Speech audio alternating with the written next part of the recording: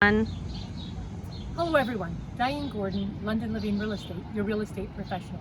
I've been holding off on giving a newsletter until I found out what Phase 3 is going to do and affect the real estate industry. So now with Phase 3, open houses are no longer prohibited.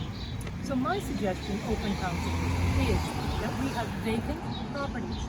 Vacant meaning the owner has moved out or it's an estate sale. So what would this look like? Well, in having an open house, we would put a notice on the front door.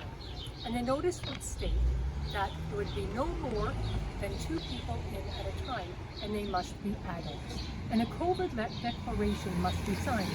The COVID declaration states that they haven't been out of the country, haven't had symptoms of COVID, and would give their name, address, and telephone number for tracing purposes.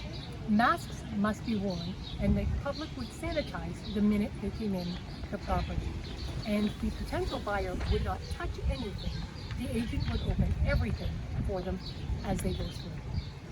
There would only be 2 groups at a time. And yes, time limits, only 15 minutes per visit. Now, when we're outside the property, safe distancing. There will be markers on the pavement so people can wait patiently on the next, waiting to come in.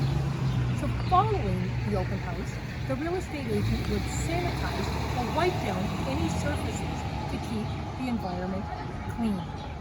Well, this is our first go at it, so let's see how it goes. Diane Gordon, London Living Real Estate, 519-902-0867.